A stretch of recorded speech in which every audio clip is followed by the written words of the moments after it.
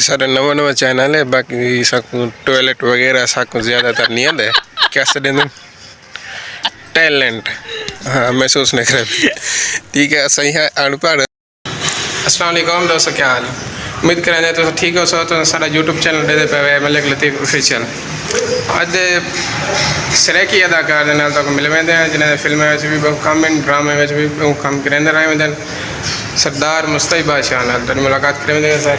अस्सलाम वालेकुम। जी वालेकुम अस्सलाम रहमतुल्लाहि व बरकातहू और अस्सलाम वालेकुम रहमतुल्लाहि व बरकातहू। व्यूअर्स क्या हाल है? ठीक है तो वैसे ठीक उम्मीद करें अल्लाह पाक दे करम नाल टोटल जितना भी सारे देश प्रदेश के दोस्त खड़े सारे ठीक हो सन। और सब तो पहले मैं यो गुजारिश करे सा कि सारे भाई का जो चैनल है लतीफ़ ऑफिशियल मलिक लतीफ़ ऑफिशियल चैनल को लाइक सब्सक्राइब जरूर कर सो ते नाल मिठड़े मिठड़े कमेंट्स भी दे सो ते ताकि मज़ीद तो अच्छे अच्छे फनकारें नाल और गुलकारें नाल मतलब कि मुख्तलिफ दोस्तों के नाल मुलाकात थी रहे वैसे ही चैनल से।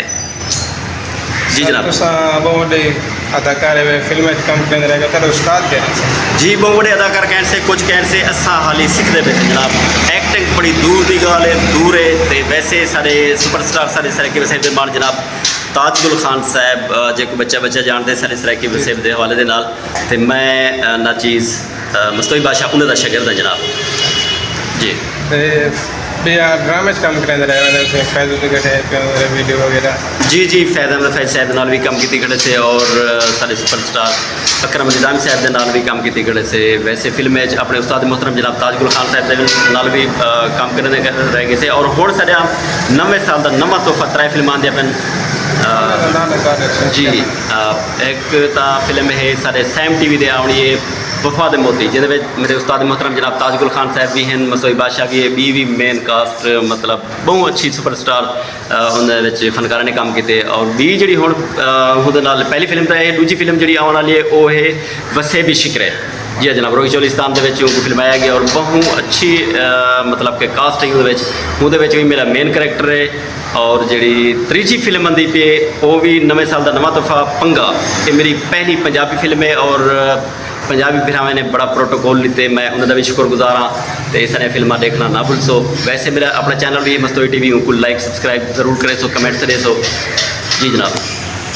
अच्छा जनाब अच्छा मुस्तफ़ा भाई तेरा बहुत बहुत शुक्रिया सारे को तशरीफ लेने हुए तशरीफ आने का बहुत बहुत शुक्रिया।